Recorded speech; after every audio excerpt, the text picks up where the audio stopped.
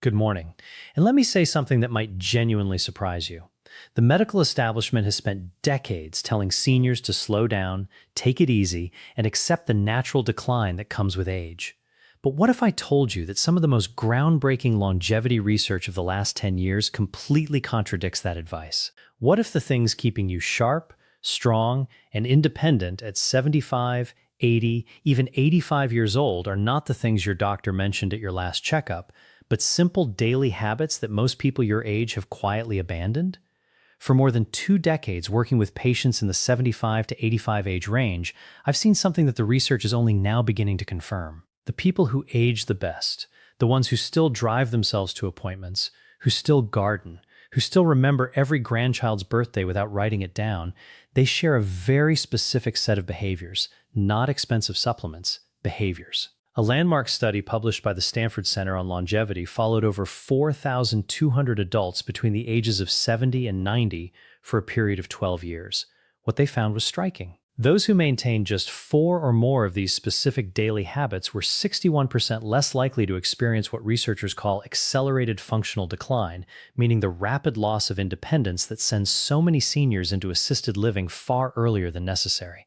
61%. That is not a small number. That is the difference between living your life on your own terms and living it on someone else's schedule. Now, I want to tease something before we go further because I know you might be tempted to skip ahead. The number one habit on this list, the most powerful of all 6, is something that almost no one talks about. It has nothing to do with diet or exercise in the traditional sense. In fact, most cardiologists don't even bring it up. But the research coming out of institutions like Johns Hopkins and the University of Edinburgh suggests it may be the single greatest predictor of cognitive and physical independence after age 75. So please, stay with me until the end, because that one could genuinely change how you approach the rest of your life. But before we dive into the list, I want to ask you something personally. Drop your age in the comments below, whether you're 68, 74, 81, or somewhere else entirely. And tell me, which of these habits do you think you already have? I read every single comment on this channel, everyone. This community means everything to me, and your story matters. So leave it down there, and let's have a real conversation. Now, let's count down from number 6 to number 1, starting with something that sounds almost too simple to be life-changing, but the science behind it is anything but simple. Number 6, drinking water strategically, not just casually. Here's what most people get wrong about hydration after 75. They think it works the same way it did at 45. It absolutely does not. After the age of 70, your kidneys lose approximately 40% of their filtering efficiency. Your body's thirst signals become significantly blunted, meaning you genuinely stop feeling thirsty even when you're severely dehydrated. And your blood's ability to carry oxygen and nutrients to your muscles and brain drops miserably with every percentage point of fluid you lose. Think of your bloodstream like a river delivery system. When that river runs low, the delivery trucks slow down, packages get lost, and the whole operation starts breaking down. That is exactly what chronic mild dehydration does to the aging body. Research from the European Journal of Nutrition involving 3,500 adults over the age of 70 found that who maintained consistent daily hydration above 1.8 L showed a 38% lower rate of urinary tract infections, a 29% reduction in falls because dehydration dramatically impairs balance and reaction time, and significantly better scores on short-term memory tests. The brain is approximately 75% water. Even a 2% drop in hydration causes measurable cognitive impairment at any age. But after 75, that effect is amplified because your brain's compensatory mechanisms are already working harder just to maintain baseline function. Here is the key that makes this a habit for truly exceptional seniors. They don't just drink water when they remember. They drink 12 to 16 ounces first thing in the morning before coffee, before breakfast, before anything else. This is because the body loses fluid overnight through breathing and minor perspiration. And after 75, your overnight fluid deficit is typically 30% higher than it was in midlife. Then, they drink a small glass with every meal and one mid-afternoon. The synergy tip here is critical. Pair your morning water with a small amount of sodium, not table salt, but a pinch of high-quality sea salt or an electrolyte tablet. Because after 75, your kidneys have more difficulty retaining sodium. And without it, plain water passes through your system without being fully absorbed into your cells where it's actually needed. Margaret, 81 years old from Boise, Idaho, came to see me complaining of afternoon brain fog, dizziness when standing, and what she described as feeling like my thinking was wrapped in cotton. She was not dehydrated in any dramatic sense. She was chronically mildly underhydrated. We made one change, strategic hydration time correctly with a small electrolyte addition in the morning. 6 weeks later, she told me it felt like someone had cleaned the windows of her mind. Her balance improved, her afternoon fatigue decreased significantly. One habit, life-changing results. Number 5, resistance-based movement at least twice per week.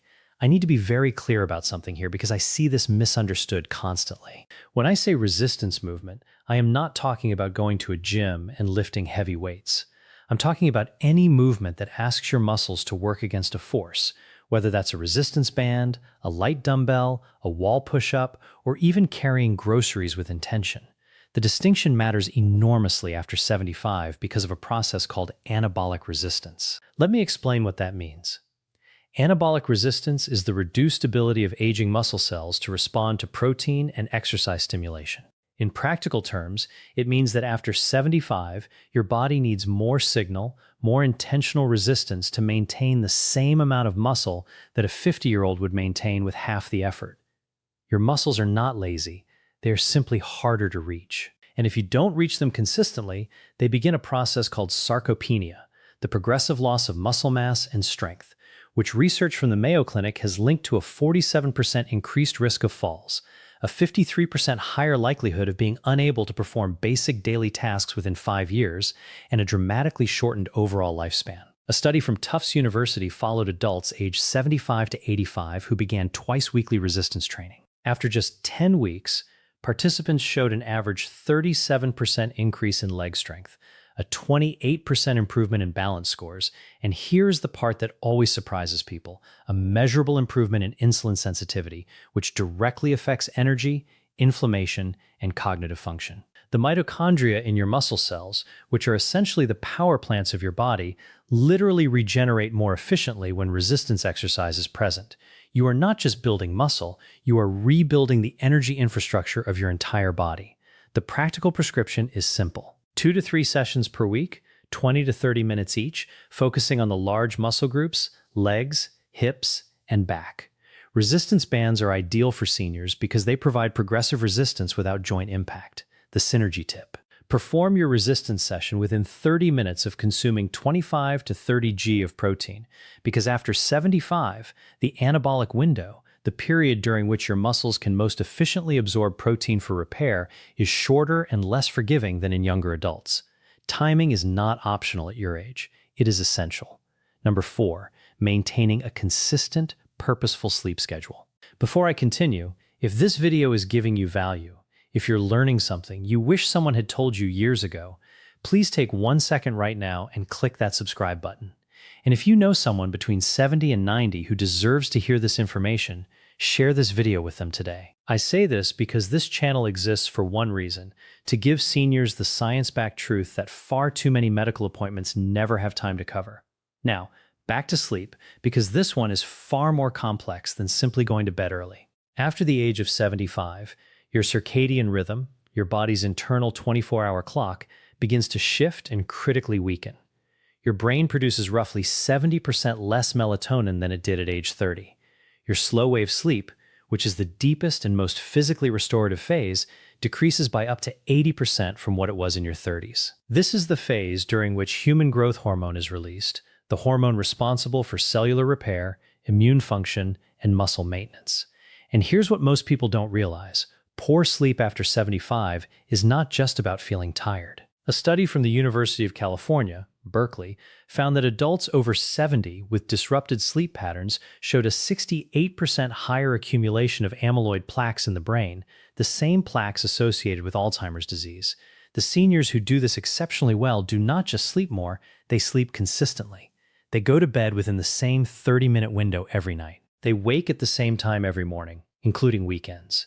They keep their bedroom cool between 65 and 68 degrees F because body temperature regulation during sleep becomes less efficient after 75, and a cooler environment supports the deep sleep your brain desperately needs. They avoid screens for 60 minutes before bed, not because of blue light alone, but because mental stimulation keeps the prefrontal cortex active in ways that delay sleep onset by an average of 47 minutes in adults over 70, according to research from Harvard Medical School. The synergy tip. Pair your consistent sleep schedule with 10 minutes of slow diaphragmatic breathing before bed. This activates the parasympathetic nervous system, your body's rest and repair mode, and research shows it reduces nighttime cortisol levels by up to 22%, making it significantly easier to reach and sustain slow-wave sleep in aging adults. Number 3. Eating protein in a deliberate, distributed pattern. This is where I see the most dangerous misconception among seniors, and it genuinely concerns me as a physician. The idea that you need less protein as you age is not just wrong. It may be one of the most harmful pieces of nutritional folklore ever passed down. The truth is the exact opposite. After 75, due to the anabolic resistance I mentioned earlier, your body actually requires 50 to 75% more dietary protein per pound of body weight than a healthy 30-year-old to achieve the same muscle maintenance effect. Yet most seniors I see are eating half the protein they need, often because appetite decreases with age and high-carbohydrate foods feel easier to prepare and consume. Research published in the American Journal of Clinical Nutrition involving over 2,700 adults aged 70 to 85 found that those who consumed at least 1.2 g of protein per kilogram of body weight daily distributed across 3 or more meals maintained significantly more muscle mass, had 41% lower rates of hospitalization due to fall-related injuries, and showed markedly better immune response to common infections, like influenza and pneumonia. Think of protein like the bricks your body uses to rebuild itself overnight. Every night, while you sleep, your body tears down old damaged tissue and replaces it with new. Without enough bricks, without enough protein, the reconstruction is incomplete. Over months and years, the structural deficit becomes catastrophic. The practical approach is this. Aim for 25 to 35 g of protein at each of your 3 main meals. This is approximately 4 to 5 ounces of chicken, fish, eggs, Greek yogurt, or legumes per meal. The reason distribution matters so much after 75 is that aging muscles can only utilize approximately 35 to 40 g of protein per sitting for synthesis. Beyond that, the excess is oxidized for energy rather than used for repair. Spreading it out makes every gram count. James, 78 years old from Scottsdale, Arizona, came to me after his daughter noticed he'd lost nearly 18 pounds of what his previous doctor had called normal age-related weight loss. It was not normal. He was losing muscle, not fat, and his grip strength, a powerful predictor of longevity in older adults, had dropped to the bottom 15th percentile for his age group. We restructured his meals around deliberate protein intake. 12 weeks later, he had regained 11 pounds of lean mass. His grip strength was back in the 60th percentile, and he told me with unmistakable pride that he had carried all of his own groceries from the car for the first time in 2 years. The synergy tip. Pair your protein meals with a small amount of vitamin C, an orange, some bell pepper, a splash of lemon juice, because vitamin C is essential for collagen synthesis, which works in tandem with dietary protein to maintain not just muscle, but the connective tissue, joint cartilage, and skin integrity that collectively determine how well your body holds itself together after 75. Number 2, daily intentional social engagement. I told you earlier in this video that one of the top 2 items would surprise you. This is the one that surprises most people because it sounds too soft, too emotional to be a medical recommendation. But I want to be absolutely clear. The research on social engagement and longevity in adults over 75 is not soft. It is some of the hardest, most replicable science in modern gerontology. A study from Brigham Young University analyzing data from over 300,000 adults across multiple decades found that social isolation carried a mortality risk equivalent to smoking 15 cigarettes per day. Let me say that again. Being chronically socially isolated is as dangerous to your lifespan as smoking 15 cigarettes every single day. For adults over 75, the National Institute on Aging has found that loneliness accelerates cognitive decline by up to 64%, increases the risk of dementia by 41%, and dramatically elevates inflammatory markers in the blood, specifically interleukin-6 and C-reactive protein that directly damage cardiovascular tissue, immune function, and neural connectivity. Here is the physiological reason this works at such a deep level. Meaningful social interaction. not passive screen time, not watching television in the same room as someone, but actual engaged human connection triggers the release of oxytocin, which suppresses cortisol, reduces inflammation, and activates the prefrontal cortex in ways that keep neural pathways dense and active. Think of your social brain like a muscle. The neurons that fire during genuine conversation, shared laughter, debate, and emotional connection are the same neurons that maintain your memory, your decision-making, and your sense of self. When those neurons go quiet for weeks at a time, they begin to prune. And after 75, neuroplasticity, your brain's ability to form new connections, has already decreased significantly, making unused pathways far harder to restore. The prescription here is not complicated, but it must be intentional. Aim for at least one meaningful in-person social interaction every single day. A phone call counts if it's genuinely engaged, a community group, a faith gathering, a walking partner, a regular lunch with a neighbor.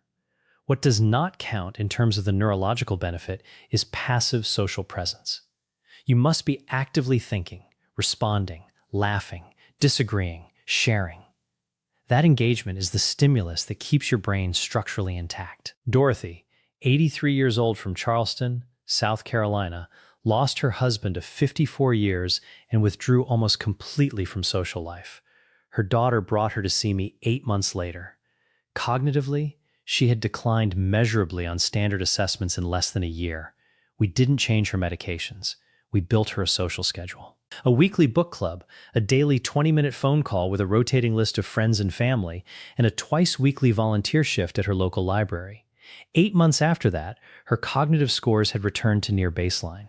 Her inflammation markers had dropped. Her daughter told me she seemed like herself again. Social engagement is not a luxury at 75 and beyond. It is a biological necessity. The synergy tip. Pair your social engagement with physical movement whenever possible. A walk with a friend, a gentle exercise class with others, gardening with a neighbor. Research from the University of British Columbia shows that combining social interaction with even light physical activity produces a synergistic effect on BDNF, brain-derived neurotrophic factor, that is significantly greater than either behavior alone. BDNF is essentially fertilizer for your brain cells. You want as much of it as possible. And now, number 1. The habit that fewer than 12% of adults over 75 maintain consistently, and which Johns Hopkins researchers have called the most underutilized longevity intervention available to aging adults without a prescription. Number 1. Daily purposeful cognitive challenge.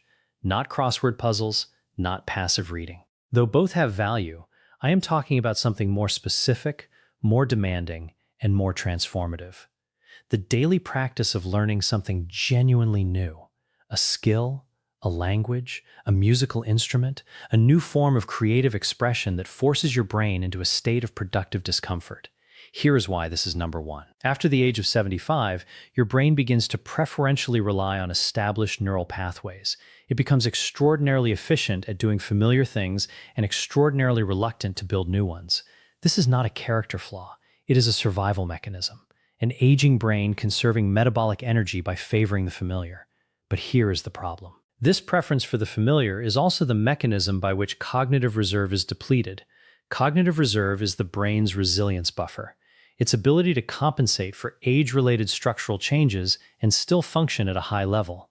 Think of it like the RAM in a computer. The more cognitive reserve you have, the more damage your brain can absorb before you start experiencing symptoms of decline. Research from the University of Edinburgh's Lothian birth cohort study, following over 1,000 adults from their 70s into their late 80s, found that those who engaged in novel, challenging cognitive activities for at least 30 minutes per day showed a 47% slower rate of brain atrophy on MRI scans, maintained significantly better processing speed and episodic memory, and were 38% less likely to receive a dementia diagnosis over the following decade.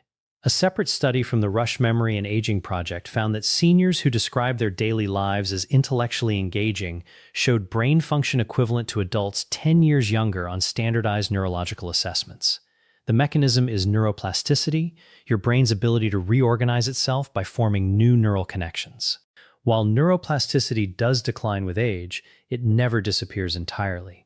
The brain retains the capacity for meaningful structural change well into the 80s, but only if it is given sufficient stimulus.